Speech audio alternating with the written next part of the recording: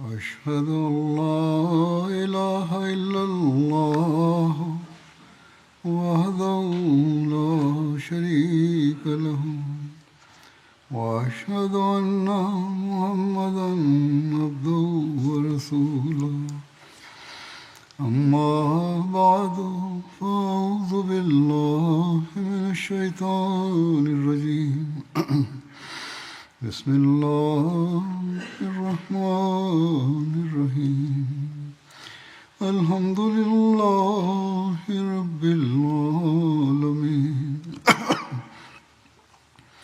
الرحمن الرحيم مالك يوم الدين إياك نعبد وإياك نستعين اهدنا الصراط المستقيم صراط الذين أنعمت عليهم غير المغضوب عليهم ولا الضالين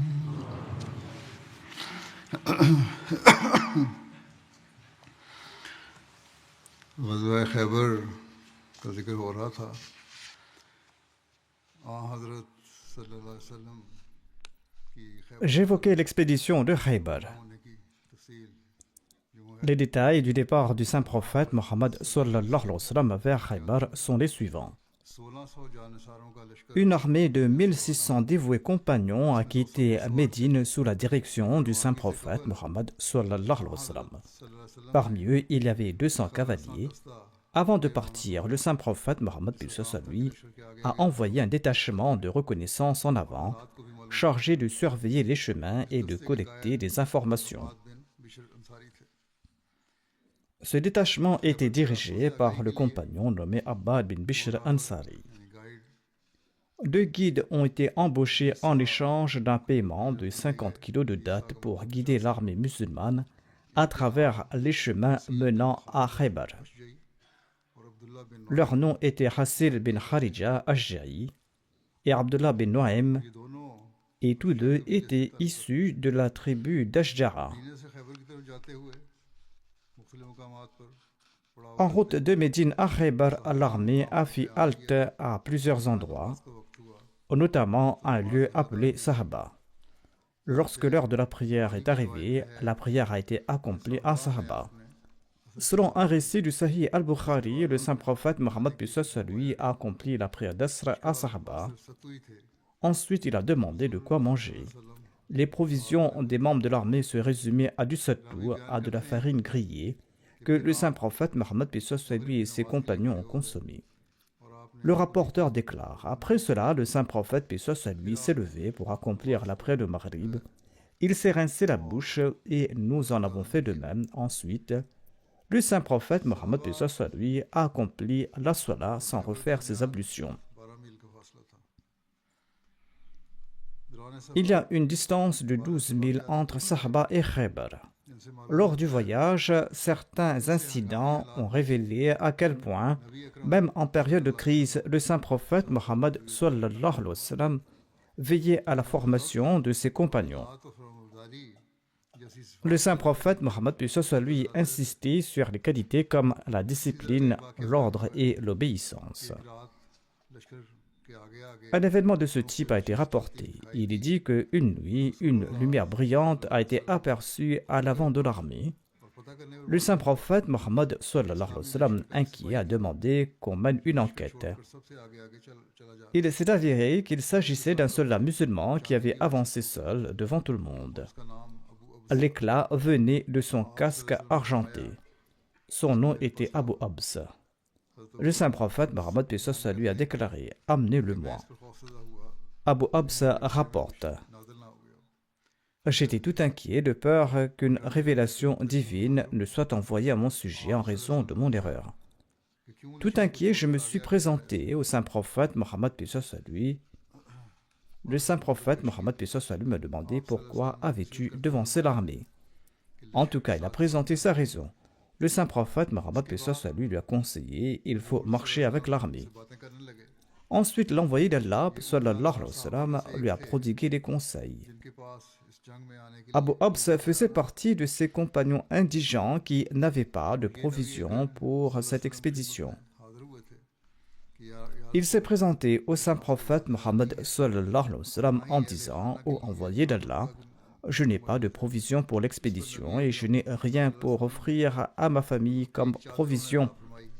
Sur ce, le saint prophète Mohammed lui lui a offert un châle ou un manteau. Ce compagnon indigent l'a porté au marché et il a informé qu'il provenait du saint prophète Mohammed lui et il a vendu ce vêtement pour 8 dirhams. Il a acheté des provisions pour sa famille au prix de 2 dirhams, des provisions pour le voyage au prix de 2 dirhams et un manteau au prix de 4 dirhams avant de se joindre à l'armée. Lors de la conversation, le saint prophète Mohammed lui a demandé à Abu Habs: où est le manteau que je t'avais offert? Il a répondu: je l'ai vendu. Ensuite, il a expliqué en détail les circonstances de cette vente. En entendant cela, le saint prophète Mohammed lui a souri et il a déclaré: Ô Abu Habs, vous traversez actuellement une période de grande difficulté. Par celui qui détient ma vie entre ses mains, si tu vis encore longtemps, tu verras qu'après peu de temps, tes provisions augmenteront considérablement. Les moyens de subsistance pour ta famille deviendront abondants. Tu auras de nombreux dirhams et dinars ainsi qu'une grande quantité de serviteurs. Mais sache que tout cela ne sera pas forcément meilleur pour toi. Abu Habs a vu de ses propres yeux cette prédiction du saint prophète Mohammed lui se réaliser exactement comme annoncé. Abu Habs disait souvent: par Allah, tout s'est passé exactement comme le saint prophète Mohammed l'avait prédit. En ce qui concerne son identité, son nom d'origine était Abdul Uzza, mais le saint prophète lui l'avait changé en Abdurrahman. Il a vécu jusqu'à l'âge de 70 ans et il est décédé lors du califat d'Othman. Le calife Othman avait dirigé sa prière funéraire et Abu Habs a été enterré dans le cimetière Jannatul Baqi.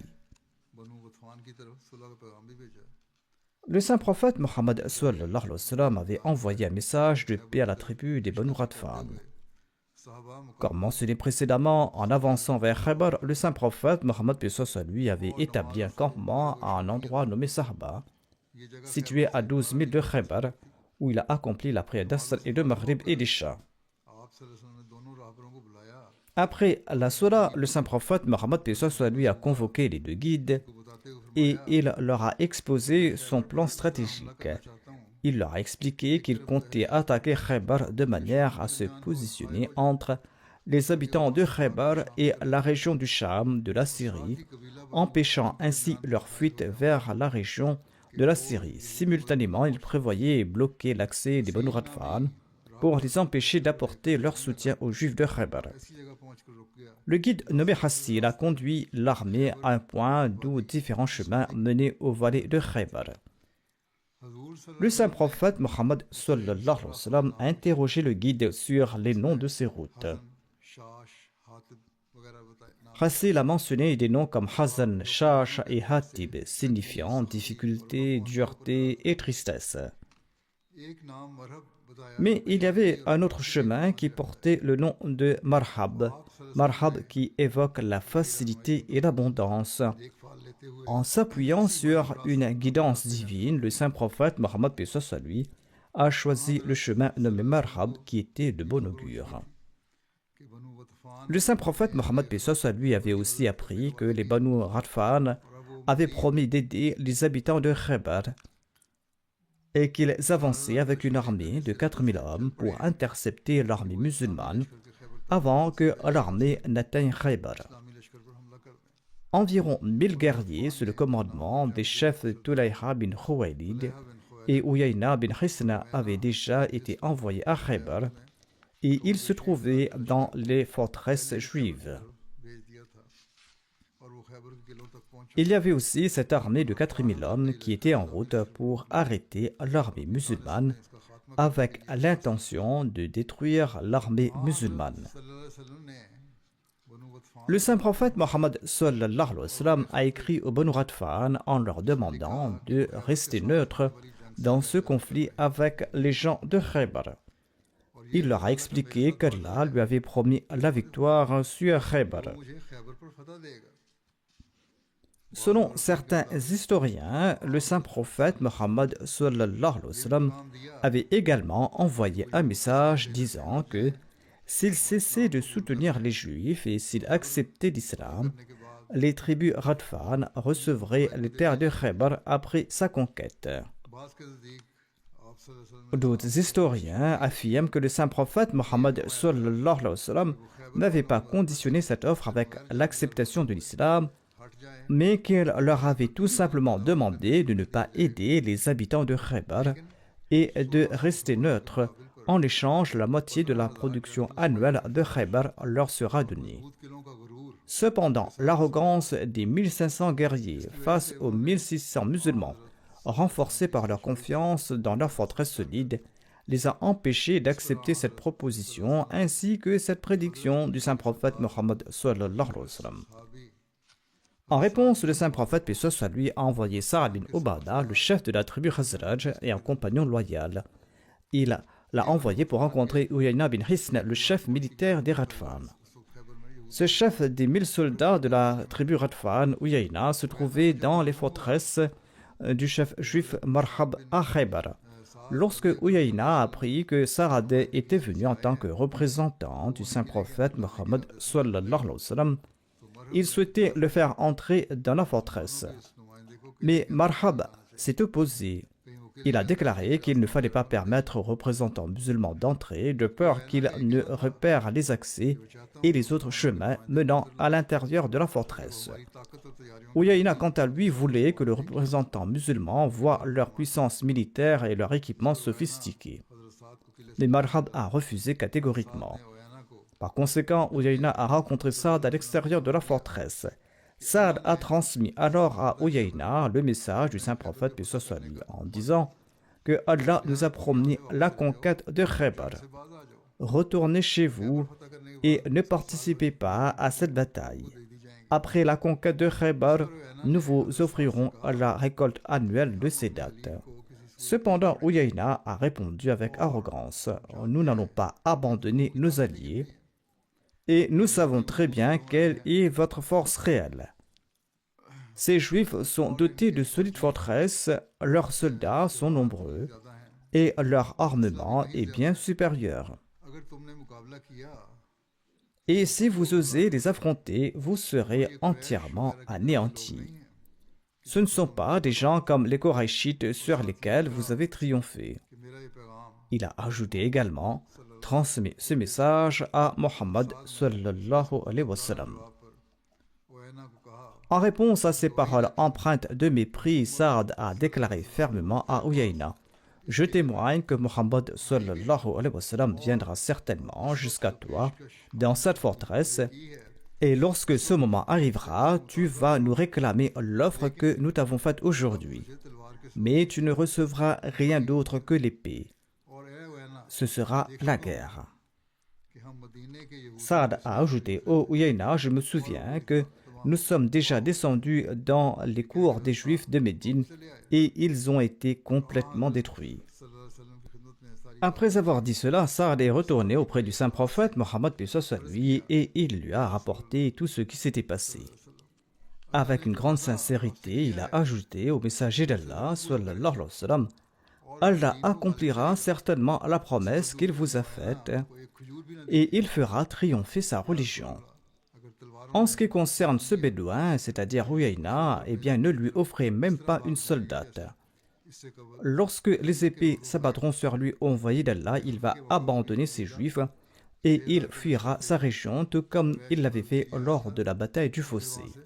En effet, lors de la bataille du Fossé, cette tribu avait apporté une armée de 6000 hommes pour soutenir les Koraïchites, mais cette armée avait pris la fuite par la suite. On trouve également mention de la terreur divine et de la fuite des Ghatfan.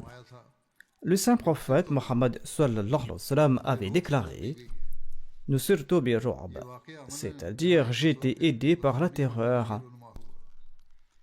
Cet événement s'est concrètement reproduit ici en ce qui concerne l'armée des Radfan. Comme mentionné précédemment, une armée de 4000 hommes des Banu Radfan poursuivait l'armée islamique afin de les empêcher d'atteindre Khaybar.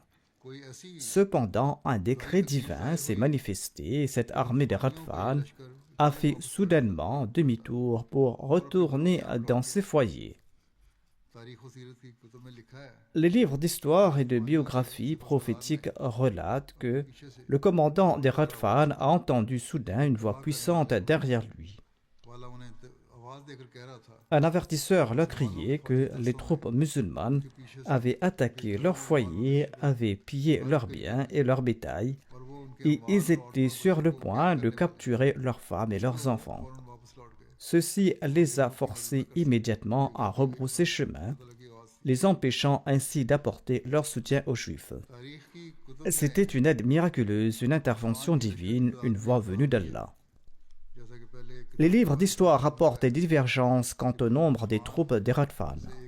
Comme mentionné précédemment, dans une source, 1000 guerriers des Banu Radfan, sous la direction de leur chef Uyayna bin Hisn, étaient venus soutenir les Juifs de Khaybar dans leur forteresse.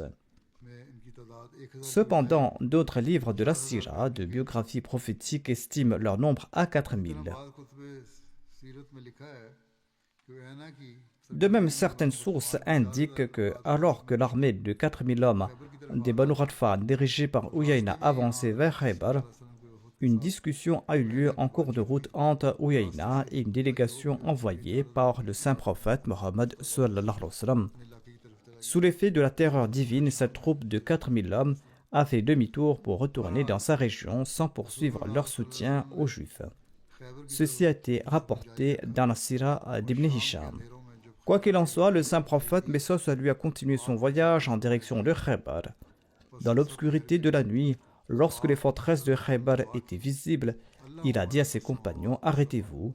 Et ils se sont arrêtés. Le saint prophète Messos lui a fait cette invocation « Allahumma rabba samawati sab'a wa ma azalna wa rabbal ardina al-sab'a wa ma aqlalna wa rabbu shayatin wa ma adlalna wa bur riyaha وما أذرينا فإنا أسألك من خير هذه القرية وخير أهلها ونعوذ بك من شرها وشر ما فيها أقدم بسم الله. Ô Seigneur des sept cieux et de tout ce qu'ils couvrent de leur ombre, ô Seigneur des sept terres et de tout ce qu'elles portent, ô Seigneur des démons et de ceux qu'ils égarent, ô Seigneur des vents et de ce qu'ils dispersent. Ô Allah, nous te demandons le bien de cette localité et celui de ses habitants, et nous cherchons refuge auprès de toi contre le mal de cette localité et de ses habitants. Ensuite, le saint prophète a ajouté « Avancez au nom d'Allah ». Ensuite, le messager d'Allah sallallahu alayhi wa sallam s'est mis en route jusqu'à atteindre Manzila qui était le marché de Khaybar. Ce marché a été attribué à Zayd bin Thabit après la bataille. Le saint prophète, paix soit sur lui, a passé une partie de la nuit là-bas à Manzila. Les Juifs ne s'attendaient pas à une attaque de sa part, car ils étaient orgueilleux en raison de la forteresse, en raison de leurs armes et de leur supériorité numérique.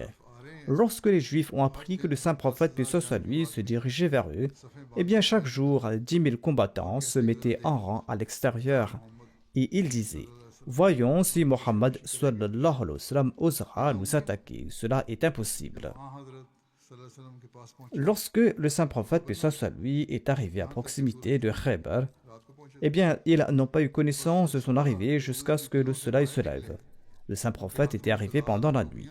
Ainsi, au matin, les Juifs sont sortis de la forteresse, des outils et des paniers à la main pour aller travailler. Mais lorsqu'ils ont vu le saint prophète, paix soit sur lui, ils ont pris la fuite rapidement et se sont réfugiés dans leur forteresse. Anas rapporte que lorsque le saint prophète, paix soit sur lui, est arrivé à Khaybar pendant la nuit, il n'a pas attaqué l'ennemi avant que le matin ne se lève. Lorsque le matin est arrivé, les Juifs sont sortis avec leurs pioches et leurs paniers pour travailler. En effet, bien qu'il était arrivé la nuit, le saint prophète, paix soit sur lui, avait décidé que l'attaque ne sera menée qu'au lever du jour. Quand le matin s'est levé, les Juifs sont sortis avec leurs outils et ils ont vu le saint prophète paix soit lui et ils ont dit Mohammed sallallahu alayhi wa sallam, par Allah, il s'agit de Mohammed et de son armée. Le saint prophète Mohammed paix soit lui a déclaré Khaybar est perdu. Lorsque nous pénétrons dans le domaine d'un peuple, eh bien, leur matinée est toujours sombre et pleine de terreur. Le campement de l'armée musulmane n'est pas demeuré fixe à Manzila. On a changé le campement de là-bas. Il est rapporté que lorsque le saint prophète, paix soit lui, est arrivé à Khaybar, il a passé la nuit à Manzila et il a également accompli la prière du matin là-bas sur ce lieu.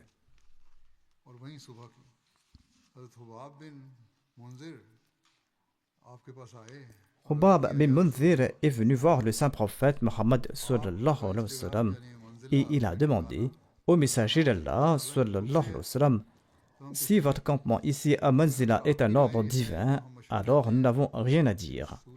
Mais si c'est une décision issue de votre propre jugement, nous aimerions vous donner un conseil. Le saint prophète Mohammed paix soit lui a répondu, c'est en effet une décision de ma part. Hubab a alors proposé au messager d'Allah sallallahu alayhi wa sallam, vous êtes très proche de la forteresse et face à leur verger. De plus, la terre ici est saumâtre. Je connais bien ces gens de Natia. Leurs flèches atteignent des distances très lointaines et il n'y a personne qui les égale en tir à l'arc. Et ils occupent une position plus élevée que nous et leurs flèches peuvent facilement nous atteindre. Et nous ne sommes pas non plus à l'abri d'une attaque nocturne de leur part car ils peuvent facilement se cacher dans les bosquets de palmiers. Hubab suggéra au saint prophète paix soit lui de se déplacer vers un autre endroit. Le saint prophète paix soit lui a répondu, tu as donné un excellent conseil, mais aujourd'hui nous allons les combattre ici. Toutefois, le saint prophète paix soit lui a fait venir Muhammad bin Maslama qui était responsable de la sécurité personnelle du saint prophète paix soit lui et il lui a dit trouve-nous un emplacement un peu plus éloigné de la forteresse. Muhammad bin Maslama s'est rendu à Raji qui se trouvait entre Khaybar et les tribus Radfan. Et il est retourné vers le saint prophète paix soit lui pour lui annoncer ceci. Ô messager d'Allah, j'ai trouvé un endroit pour nous. Le saint prophète Mohammed paix soit lui a dit avançons avec la bénédiction d'Allah. Mais auparavant, le saint prophète Mohammed paix soit lui avait déjà décidé que la bataille aurait lieu au même endroit. Ainsi, après à la fin de la bataille dans l'après-midi, toute l'armée islamique s'est déplacée vers ce nouvel emplacement. Il est également important de mentionner la répartition des différentes forteresses de Khaybar. En ce qui concerne la répartition géographique de Khaybar, il est nécessaire de mentionner ces forteresses, car cette bataille était liée à ces forteresses qui ont été conquises les unes après les autres.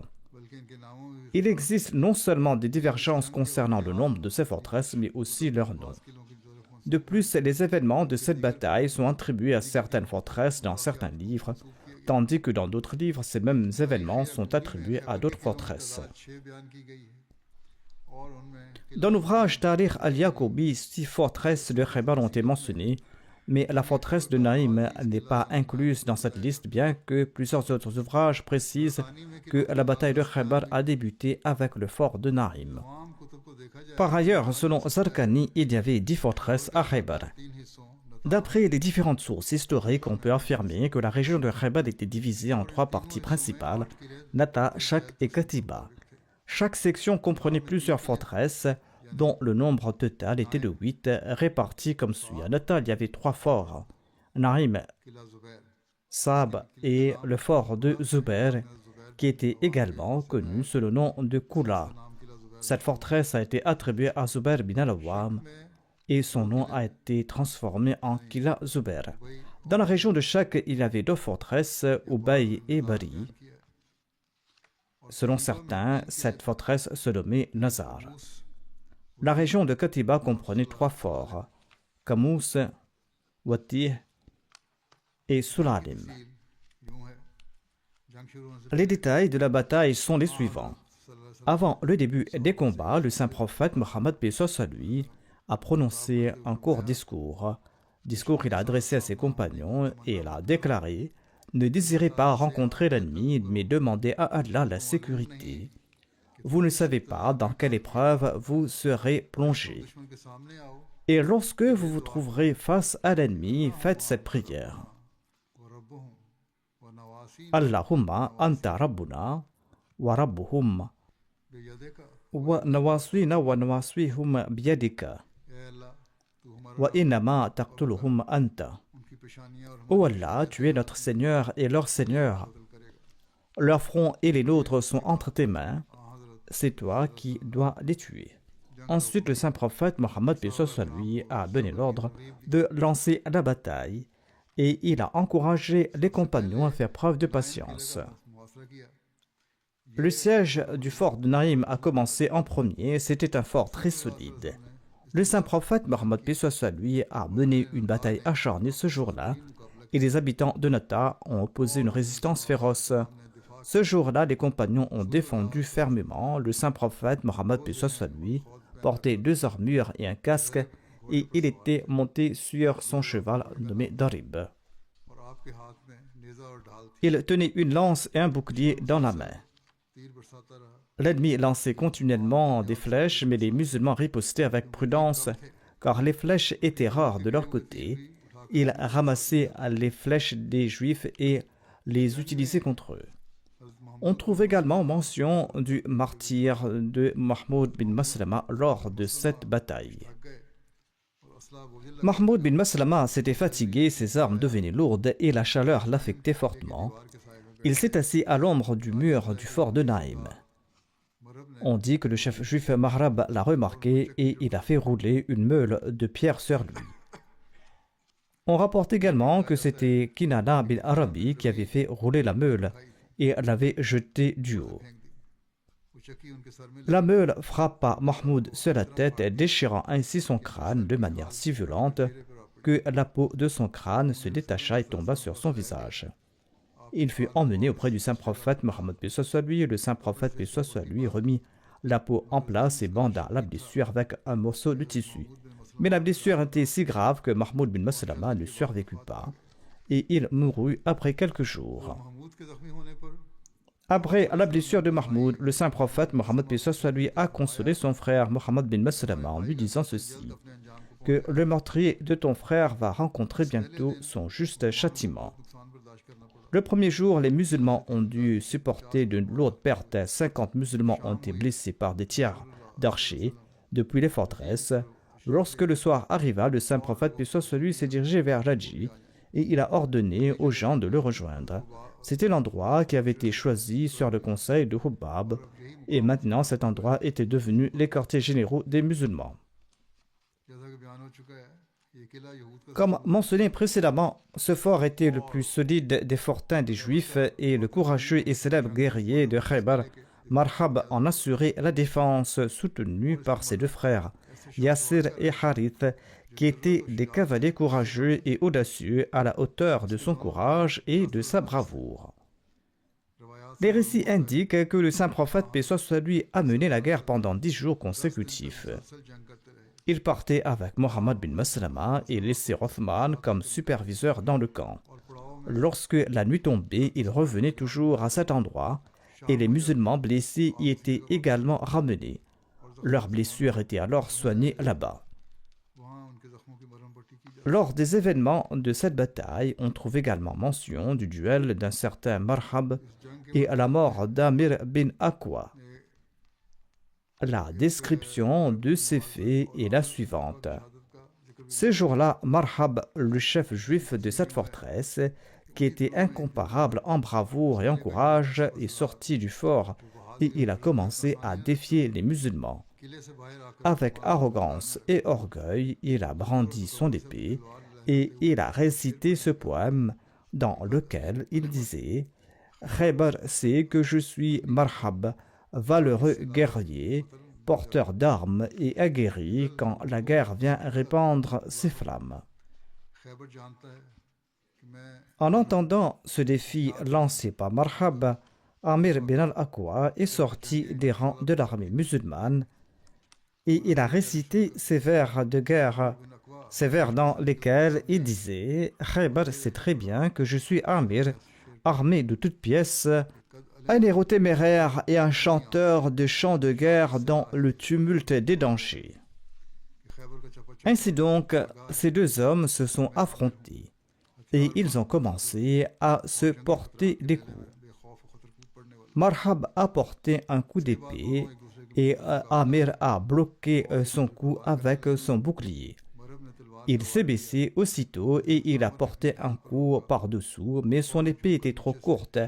Au lieu de toucher Marhab, son épée a atteint Amir lui-même, lui infligeant une profonde blessure qui a entraîné son martyre. Il était donc le deuxième martyr de cette bataille. Tous deux ont été enterrés dans la même tombe, c'est-à-dire sur le lieu de Raji. Abu Salama bin Aqwa relate que lorsque Amir bin Aqwa, son oncle, est mort en raison de ce coup qu'il s'était porté, certains compagnons ont dit que les actes d'Amir étaient vains. Il raconte « Je suis parti voir le saint prophète Mohammed sallallahu alayhi wa sallam des yeux en larmes, et j'ai dit au messager d'Allah sallallahu alayhi wa sallam, les actes d'Amir étaient vains. Le saint prophète Mohammed paix soit lui a demandé qui a dit cela. J'ai répondu certains de vos compagnons. Le saint prophète Mohammed paix soit lui a dit celui qui a passé cette remarque a proféré un mensonge, car Amir recevra une double récompense. Et le saint prophète Mohammed sallallahu alayhi wa sallam a rapproché ses deux doigts l'un de l'autre pour montrer le nombre, et il a déclaré que Amir est un très grand combattant. Il y a très peu d'Arabes qui ont marché sur cette terre, a-t-il déclaré. Dans un autre récit, on trouve à la place de marcher la variante est née sur cette terre, c'est-à-dire qu'aucun Arabe comme Amir est né sur la terre d'Arabie. Le saint prophète Mohammed sallallahu alayhi wa sallam a déclaré qu'il recevra double récompense, et ceux qui disent qu'il n'a pas reçu de récompense ont tort. Le messager d'Allah, paix soit lui, est demeuré à Raji, et il n'a cessé d'envoyer ses compagnons pendant 10 jours pour conquérir les forteresses de Naïm. Ces échecs répétés ainsi que les pertes et les blessures des compagnons et le martyre de 2 compagnons ont accru le moral des Juifs. Finalement, une nuit, l'envoyé d'Allah sallallahu alayhi wa sallam a déclaré « Demain, je donnerai le drapeau à celui à qui Allah accordera la victoire. Cette personne aime Dieu et son prophète. » Ceci est rapporté dans le Sahih al-Bukhari. Burayda rapporte dans le Sahih al-Bukhari que nous avons passé joyeusement la nuit dans l'espoir de la victoire du lendemain, pensant à qui le drapeau de commandement sera remis. Le lendemain matin, tout le monde s'est présenté au saint prophète Mohammed sallallahu alayhi wa sallam. Chacun espérait et souhaitait que l'étendard de l'armée musulmane lui soit offert. Omar a déclaré « Je n'ai jamais désiré être nommé commandant avant ce jour. » Burayda a déclaré « Aucun d'entre nous n'a jamais désiré obtenir un rang auprès du saint prophète Mohammed paix soit lui, mais chacun souhaitait obtenir l'étendard ce jour-là. Tant et si bien, dit-il, que j'ai levé les talons et j'ai redressé la tête, espérant peut-être que le saint prophète allait m'offrir l'étendard. » Selon Salma et Jabir, Ali était resté en arrière. Il n'avait pas accompagné le saint prophète paix soit lui lors du voyage de Khaybar en raison de sa maladie. Et par la suite, il était fort tourmenté. Il souffrait intensément de ses yeux au point de ne rien voir. Lorsque le saint prophète paix soit lui est parti pour Khaybar, Ali s'est dit « Comment est-il possible que je reste en arrière ?» Et il s'est mis en route pour rejoindre le saint prophète Mohammed sallallahu alayhi wa sallam. Burayda explique, le saint prophète paix soit lui est arrivé le matin. Il a fait ses prières du matin, ensuite il a demandé qu'on lui présente le drapeau. Il s'est levé, il a prononcé un discours, ensuite il a dit « Où se trouve Ali? Les compagnons ont répondu, Ali a des problèmes aux yeux. Il a dit, faites-le venir. Salman relate, j'ai fait venir Ali à l'envoyé d'Allah sallallahu alayhi wa sallam, qui m'a demandé que s'est-il passé avec lui. Ali a répondu, j'ai mal aux yeux au point de ne rien voir devant moi. Le saint prophète Mohammed sallallahu alayhi wa sallam lui a dit, approche-toi de moi. Ali relate, le saint prophète paix soit sur lui a posé ma tête sur ses genoux. Ensuite, il a pris de sa salive et il l'a placée sur mes yeux. Ali était tellement bien guéri que c'était comme si ses yeux n'avaient jamais souffert. Et jusqu'à sa mort, il ne souffrit plus jamais de ses yeux. Le saint prophète paix soit sur lui a prié pour Ali et il lui a confié le drapeau. Hadrat Muslim Maud a également mentionné cet incident. Il déclare, Ali a eu une occasion le jour de Khaybar. Le saint prophète Mohammed paix soit sur lui a déclaré, aujourd'hui j'offrirai l'occasion à celui qui aime Allah et qu'il aime en retour. Je confierai cette épée à celui auquel Allah a accordé le mérite. Omar a déclaré, j'étais assis parmi les gens et je relevais la tête, espérant que le saint prophète paix soit sur lui me voie et m'offre ce drapeau. Mais il a regardé et a gardé le silence. J'ai relevé la tête de nouveau. Il a regardé et a gardé le silence. Ensuite, Ali est venu. Ses yeux le faisaient souffrir atrocement. Le saint prophète paix soit sur lui lui a dit, Ali, viens en avant. Il s'est approché. Il lui a appliqué sa salive sur ses yeux. Et il a déclaré qu'Allah guérisse tes yeux. Prends cette épée que Dieu t'a confiée. À un autre endroit, le Muslim Maud a écrit ce qui suit. Un jour, Allah le Très-Haut a informé le messager d'Allah, paix soit sur lui, que la conquête de cette ville était destinée à être réalisée par le biais de Ali. Il a annoncé le matin qu'il donnerait l'étendard noir de l'islam à celui que Dieu, son messager et les musulmans aimaient. Allah le Très-Haut a destiné la conquête de cette forteresse à travers ses mains.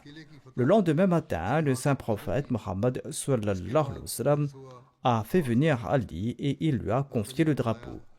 Accompagnés de l'armée des compagnons, ils ont attaqué le fort. Malgré les défenses des Juifs dans leur fort, Allah a donné à Ali et aux autres compagnons une telle force ce jour-là qu'avant le soir, le fort a été conquis.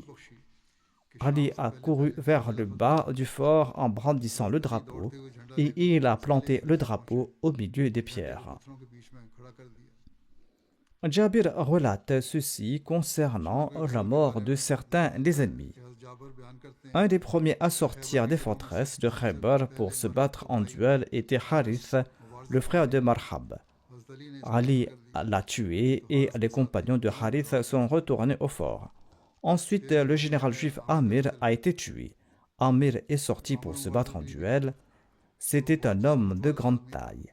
Ali s'est présenté pour le combattre et il l'a frappé à plusieurs reprises, mais aucun coup n'était efficace. Ensuite, Ali a frappé sa jambe et il est tombé assis. Et Ali l'a tué et a pris ses armes. On trouve également mention de la mort d'Usser, le général juif. Ce dernier est sorti pour un duel. Mohammed bin Maslama est sorti le combattre et l'a tué. Yassir, le frère de Marhab, a été tué également.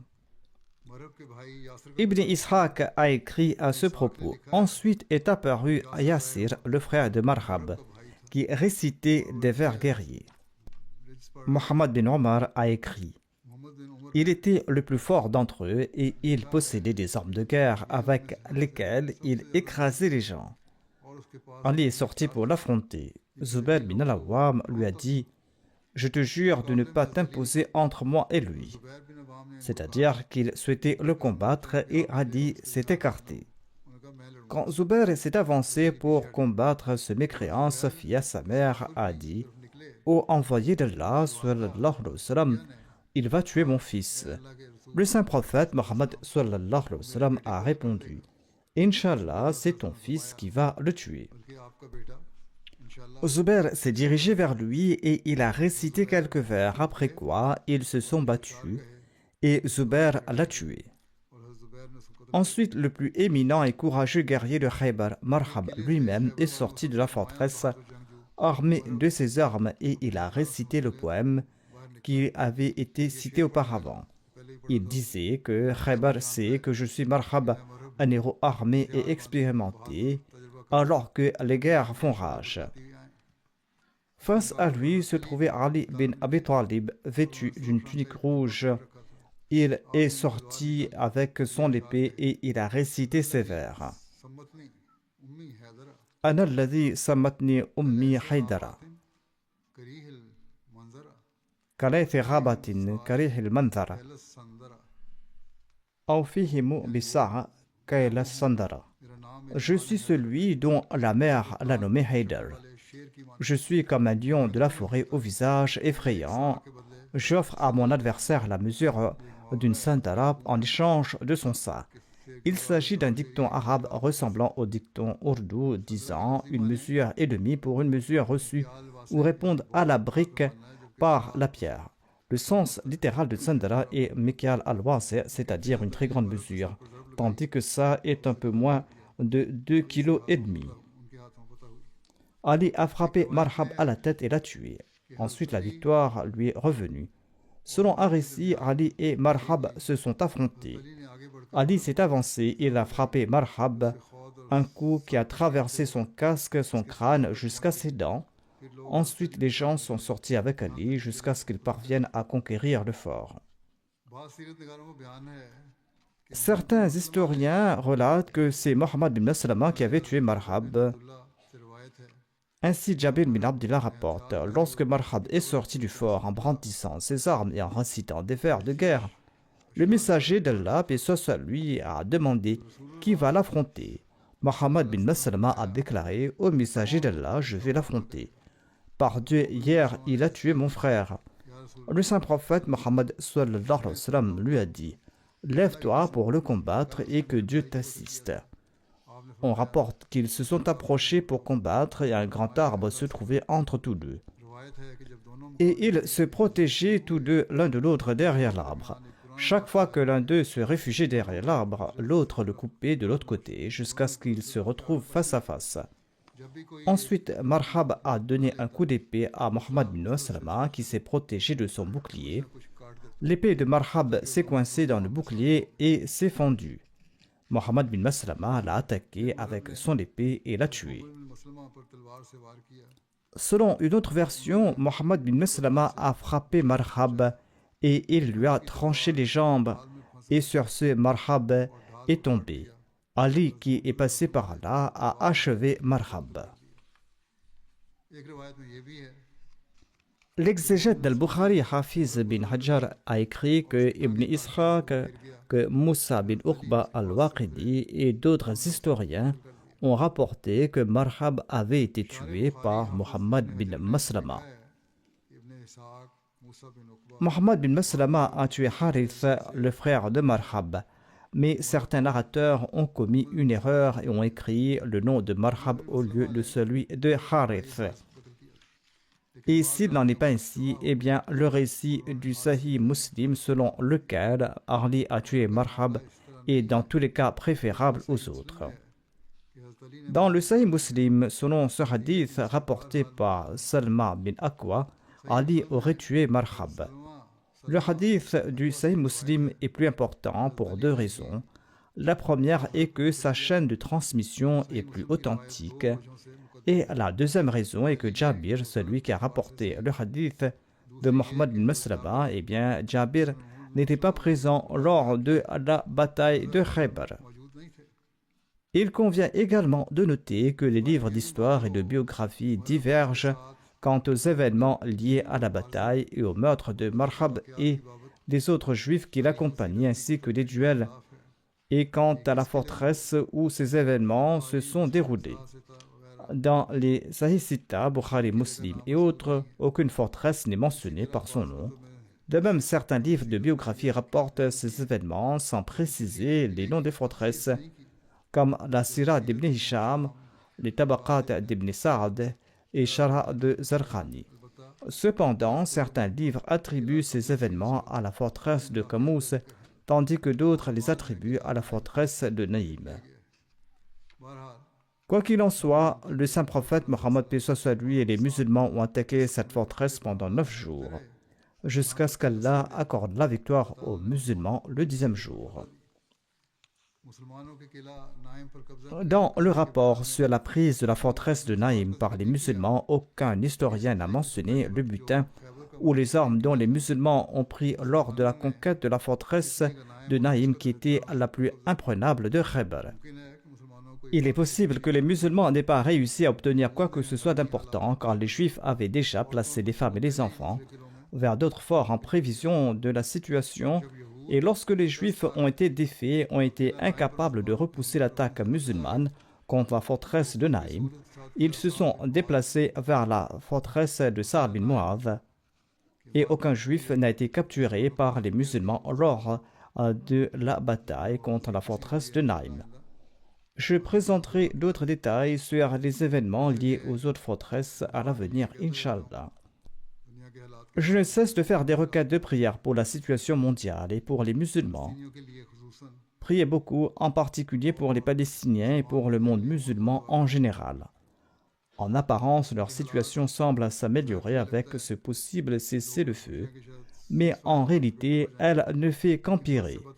La politique et le programme du nouveau président américain ont atteint un nouveau niveau de tyrannie. Auparavant, les Américains disaient que leur pays n'était un danger pour personne et qu'ils n'intervenaient pas dans les affaires des autres nations, mais aujourd'hui, ils sont devenus une menace pour le monde entier.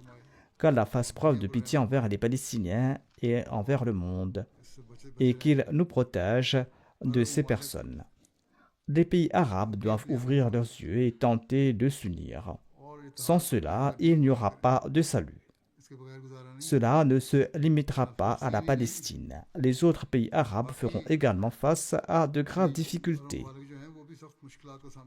Certes, certains non-musulmans ont également condamné la brutalité dont fait preuve les Palestiniens. Cependant, les puissants sont pour l'instant ivres de leur pouvoir et ils ne souhaitent écouter personne.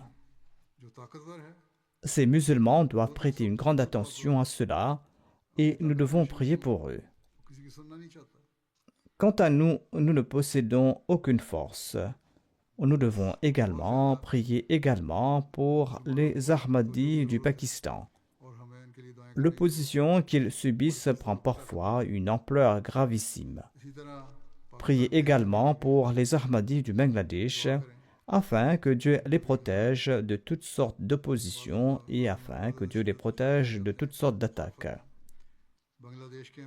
Priez également pour des innocents dans d'autres endroits. Priez pour les Ahmadis opprimés, afin qu'Allah les garde tous sous sa protection, et afin qu'Allah accorde au monde la sagesse, et afin que les gens de ce monde se concentrent davantage en faveur des efforts pour établir la paix. Qu'Allah nous accorde à tous la possibilité de prier en ce sens.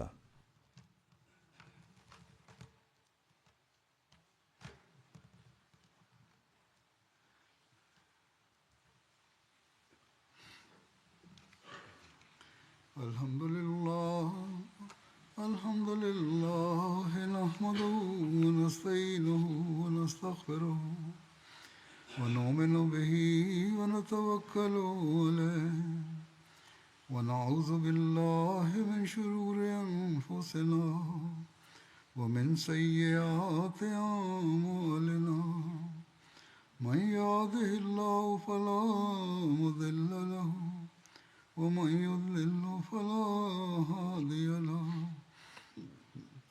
ونشهد أن لا إله إلا الله ونشهد أن محمدا عبده ورسوله عباد الله رحمكم الله إن الله يأمر بالعدل والإحسان وإيتاء ذي القربى وينهى عن الفحشاء والمنكر والبغي يعظكم لعلكم تذكرون واذكروا الله يذكركم وادعوه يستجب لكم ولذكر الله أكبر